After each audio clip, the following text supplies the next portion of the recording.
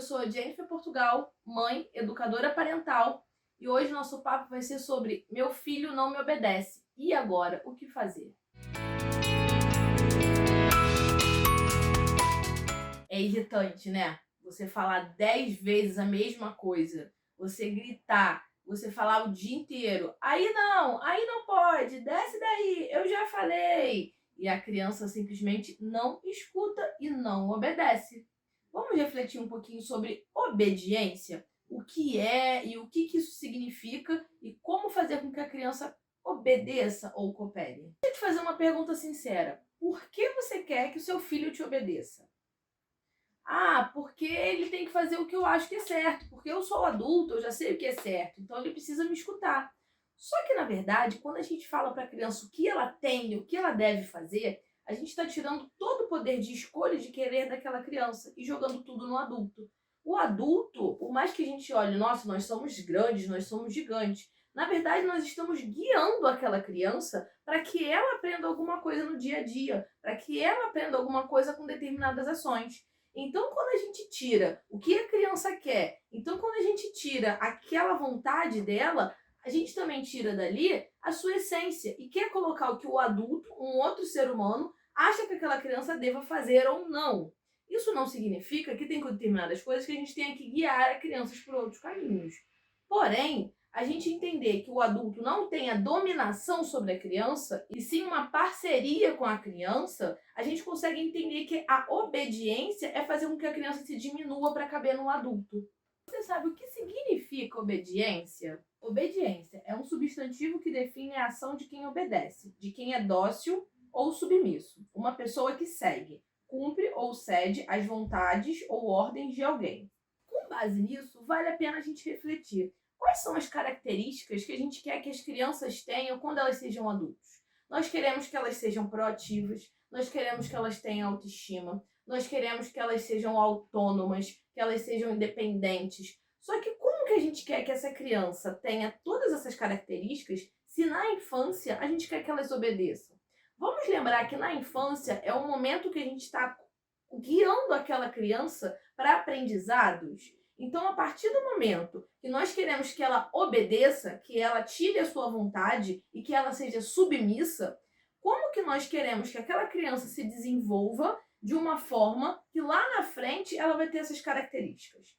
Porque nós estamos agora podando esse querer, podando essa vontade, querendo que aquela criança se molde a um adulto, porque nós temos a ideia de que nós, como somos adultos, somos todos poderosos e a gente tem o poder.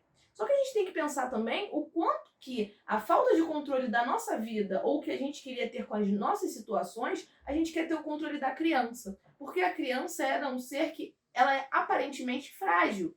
Só que a gente olha aquela criança ali frágil como também uma criança que ela precisa de ser colocado algo dentro. Como se a gente tivesse que colocar algo naquela criança e que formasse ela o que a gente acha que é certo.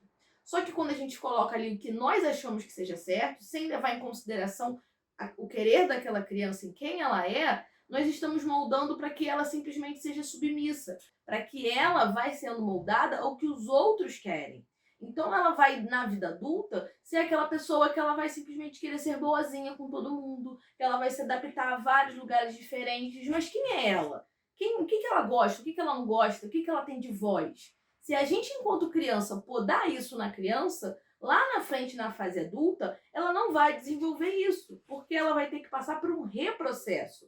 Ela vai ter que começar a entender o porquê que ela não tem autoestima hoje em dia, por que ela não consegue ser proativa, por que ela não consegue ter aquela capacidade de liderança. Porque enquanto ela era pequena, toda a capacidade de liderança, de ter voz, de ser proativa, foi podada porque o adulto queria que ela se comportasse de acordo com o querer do adulto. Agora que a gente viu um pouquinho o que seria a obediência, vamos parar para refletir o porquê que a criança não obedece? Primeiro, de cara assim, a gente já pode parar e pensar: você conhece alguma criança que obedeça? Que de fato, realmente, tudo que você fale, que o adulto fale, ela vai acatar? Eu não conheço. Muito difícil. Então agora vamos pensar um pouquinho do porquê que isso acontece. Então, a criança é uma exploradora nata. A criança vem para esse mundo, ela ainda não conhece tudo que a cerca. ela ainda está descobrindo a textura, ela está descobrindo a cor, ela está descobrindo o barulho se ela dela jogar no chão, ela está descobrindo o sabor se ela colocar na boca, ela está descobrindo as possibilidades se ela pegar um bonequinho e uma colher e bater e fazer assim. Então a criança ela está aqui para explorar. Então o que ela precisa olhar para o mundo e pegar para fazer é um impulso muito grande de conhecer. E aí, quando o adulto está a todo momento, não pode, aí não, já falei para você fazer isso. A gente está indiretamente podando esse instinto da criança. Óbvio que precisa ter limites, que a gente não vai deixar a criança explorar uma tomada com algo de metal enfiando. E aí a gente vai colocar algo ali para que isso não aconteça. Só que quando possível, deixe a criança explorar o ambiente, porque ela precisa saber como que tudo funciona.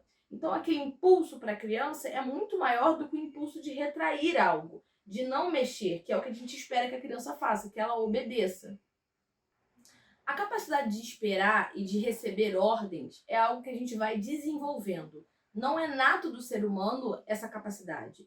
Então, a gente precisa ensinar isso à criança e esperar que ela vai conseguir controlar o seu impulso de explorar, de conhecer, de fazer o que ela quer. É esperar da criança que ela tenha uma atitude que ela ainda não é capaz, porque ela não é neurologicamente e nem psicologicamente capaz de conseguir conter o seu impulso, porque ela quer explorar e ela tem essa ânsia. Então tudo que vem à cabeça dela e que ela quer fazer, ela faz. É o impulso do fazer, do querer. Só que aí o adulto entra exatamente para ir moldando de forma não rígida e de forma a ir mostrando para a criança o que ela pode explorar e o que ela vai poder esperar ali. Em como mostrando para essa criança que é necessário esperar, para ao longo da vida ela entenda como que ela vai esperar em diversas situações. Quando a criança e nós adultos também fazemos determinados comportamentos, nós criamos no nosso cérebro as sinapses, que são caminhos que nossos neurônios fazem para que aquela ação ocorra. Nós adultos levamos um tempo para a gente conseguir colocar um hábito diferente. Então, se você vai começar a academia, se você vai começar a acordar cedo, você leva um tempo para que o seu corpo, para que o seu pensamento, para o seu raciocínio se adaptar. E para a criança não é diferente. Nós adultos esperamos que as crianças obedeçam e façam o que nós queremos de primeira. Então, eu já falei uma vez, não vou falar de novo. Aí não pode mexer. Ou agora você vai tomar banho. A gente precisa criar um novo caminho no cérebro da criança para que ela entenda qual é o comportamento que a gente espera que ela tenha e para que dê tempo dela executar aquele comportamento. E isso requer tempo, porque requer novos caminhos no cérebro da criança para ela fazer aquilo de uma forma diferente. O comportamento é reflexo de uma necessidade. Então, se a criança faz recorrentemente determinada ação, se várias vezes você falou para o seu filho que não quer ser interrompido durante uma conversa, se várias vezes você deu vários exemplos do que não quer que ele faça e ele continua fazendo, significa que por trás desse comportamento tem uma necessidade. Então, se ele te interrompe toda hora, será que é porque ele quer um pouco de atenção e quando você vai dar atenção para uma outra pessoa, ele sente ciúme ou ele não consegue controlar e ele quer te chamar, ele quer te mostrar coisas legais? E aí, se você em um outro momento der uma atenção para ele, brincar com ele, esse comportamento diminua. Então, a gente entender que todo comportamento tem por trás uma necessidade e descobrir o porquê que isso está acontecendo, a gente tira a ideia de que a criança tem que obedecer e começa a querer buscar o porquê que aquele comportamento está acontecendo. E aí a gente tira da nossa mente que a criança vai ter que fazer o que a gente quer porque nós somos os adultos. E começa a entender o que ela está fazendo ali, o que ela quer com aquilo. E aí sim, enquanto adultos, a gente consegue levar para essa criança o que ela precisa de necessidade. E aí a gente vai alterando o comportamento dela para um outro caminho. Porque a gente sanou a raiz do comportamento, que era uma necessidade. Então, se meu filho não vai me obedecer, o que eu faço para lidar com os conflitos que eu tenho com ele?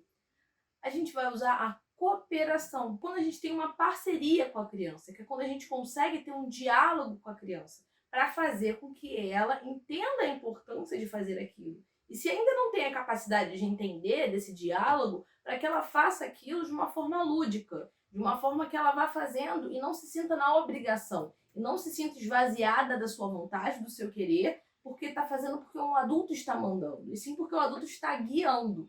O adulto precisa entender que ele não vai encher a criança do querer dele, e sim guiar a criança para algumas coisas que são necessárias. seja para tomar um banho, seja para guardar o brinquedo, ou seja uma norma social, como não bater em alguém, como jogar lixo no chão. Então a gente não vai fazer e socar aquela ideia na cabeça da criança. A gente vai fazer com que ela coopere com o que seja necessário fazer. Você sabe o que significa cooperar? Cooperar é um ato de unir esforços para a resolução de um assunto ou problema, facilitando o acesso aos meios práticos para conseguir. Então, é a gente pegar ferramentas, e aí eu chamo agora a disciplina positiva, para a gente fazer com que aquela força dos dois seja para olhar para um problema e achar uma solução. E aí, nisso, a gente inclui a criança nessa resolução de problema. A gente chama a criança para refletir e para fazer com a gente e entender algo que seja necessário. Porque a partir do momento que a gente chama a criança para o nosso lado, que a gente consegue ter essa parte da cooperação, ela não se esvazia dela. E aí ela faz aquilo ali porque entendeu a importância. Porque através de uma brincadeira, aquilo ali virou um hábito e virou um novo ensinamento. E agora, como fazer para o seu filho cooperar, para que as coisas fiquem mais fluidas e mais tranquilas? Eu tenho um vídeo aqui no canal de como fazer a criança cooperar. Eu vou deixar aqui em cima e aí vocês vão lá e conferem todas as dicas que tem. Você já tinha parado para refletir o quanto que o obedecer pode ser algo que não é muito bom para a criança? O quanto que às vezes a gente espera algo da criança e que na verdade lá na frente não vai ser algo muito positivo para ela? Então vale a gente reanalisar o que a gente espera da criança e o que a nossa atitude de hoje em dia está desenvolvendo nela para quando ela for adulta. Você tem dificuldade para o seu filho cooperar e fazer o que você está pedindo no dia a dia? Não esquece de ir lá assistir as nossas dicas de cooperação. Aproveita e deixa aqui nos comentários qual é a sua maior dificuldade no dia a dia. Aproveita e se inscreve aqui no canal, deixa seu like e me segue lá no Instagram. Tchau, tchau e obrigada por assistir até o final.